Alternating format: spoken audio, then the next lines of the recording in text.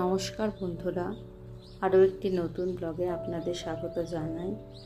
আশা করি আপনারা ভালো আছেন এবং সুস্থ আছেন। আমরা ভালো আছি। আজ শনিবারের সকালে উঠে বারান্দায় এসে দেখলাম চা খেতে খেতে যে গত রাত্রে বৃষ্টি হয়েছে আর আজ সকালে তখন খুবই মেঘ করেছিল। তারপর ব্রেকফাস্ট করে মেঘলা আকাশ থাকা সত্ত্বেও আমরা বেরিয়ে পড়লাম আর তখন বাসে করে ডাউন টাউনের এদিক দিয়ে যাচ্ছিলাম।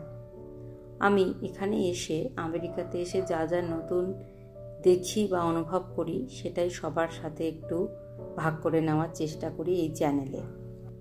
আজ শনিবার আমরা বেরিয়ে পড়েছিলাম একটি নতুন জায়গার উদ্দেশ্যে, আর তার মাঝেই এখানে ডাউন টাউনে একটি ছোট্ট পার্ক আজকে দেখতে পেলাম, কিন্তু খুবই গোছানো সুন্দর এই পার্কটি আসলে আমরা যে বাস স্টপে পরের বাসটা ধরবো সেটা ধরার জন্য সময় ছিল 10-15 মিনিট, আর তখনই দেখলাম রাস্তার পাশেই সুন্দর সাজানো কি সুন্দর একটি পার্ক।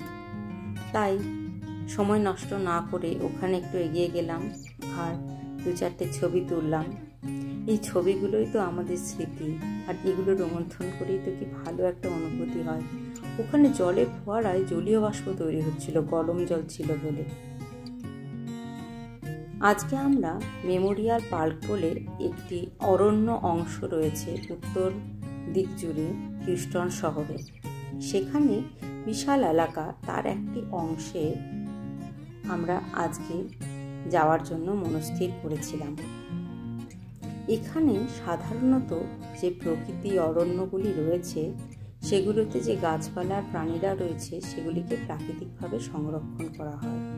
আর এই যে হিউস্টন আর্বোরেটাম ও নেচার সেন্টার, এটি হলো একটি অংশ মেমোরিয়াল পার্কের, যেখানে বিভিন্ন ধরনের গুল্ম থেকে বৃক্ষ থেকে যে কোনো ধরনের যে শুষ্কভাবে হওয়া বা জলা জায়গায় হওয়া গাছপালা সমেত বিভিন্ন পোকা মাকড় পাখি ও অন্যান্য প্রাণীর প্রাকৃতিকভাবে সংরক্ষণ করা হয় এবং তাদের সাথে বাচ্চাদের পরিচয় করানোর একটি সেন্টার প্রশিক্ষণ কেন্দ্র রয়েছে এই জায়গাটির মধ্যে।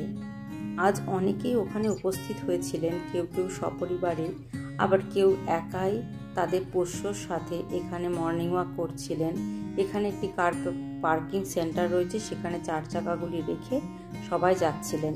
আমরাও রওনা দিলাম।